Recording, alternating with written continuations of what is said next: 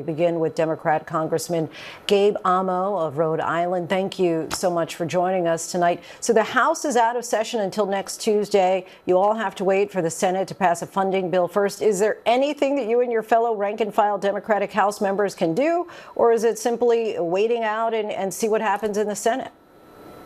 Well, first off, thanks for having me this evening.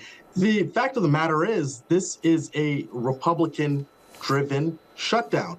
The Republicans have the White House, they have the House, they have the Senate, and they've made the decision to opt into a shutdown rather than address the health care of the American people.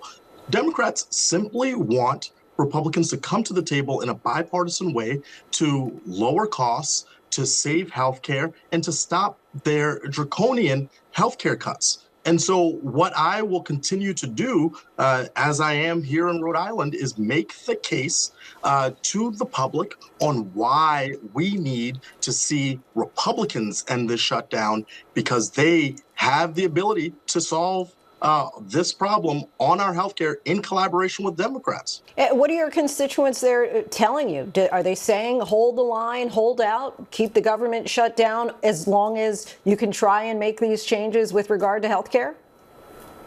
My constituents resoundingly are telling me that their healthcare concerns are a primary reason we need to keep making the case for Republicans to come to the table and end this shutdown. Fact of the matter is, when the ACA tax credits expire, if they are let to expire, you will see premium increases of over 200%. You will see so many people opt out of getting healthcare coverage. This only makes people poorer. It makes people sicker.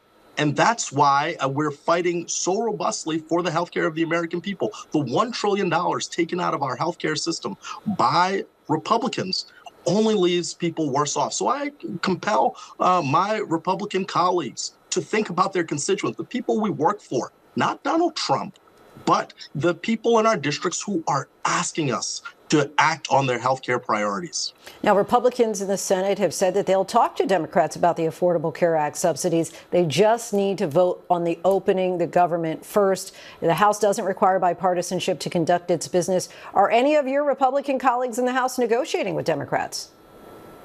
I don't believe so. Well, I was at work on Monday and Tuesday in Washington, D.C. at the Capitol, and we showed up en masse and saw barely any Republicans around. I could count on one hand.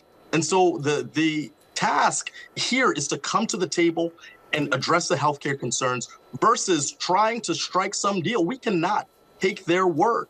They have already reneged on multiple deals. They are already committed to destroying the healthcare of the American people. We saw that in their support for the big, ugly law that hurt our healthcare system, hurts a state like mine in Rhode Island, where cuts to Medicaid will mean that our hospital systems don't run, will mean individuals struggle to get the healthcare access they deserve, in combination with the expiration of the ACA tax credits. The Trump administration is moving forward with plans to fire thousands of federal workers while negotiations drag on.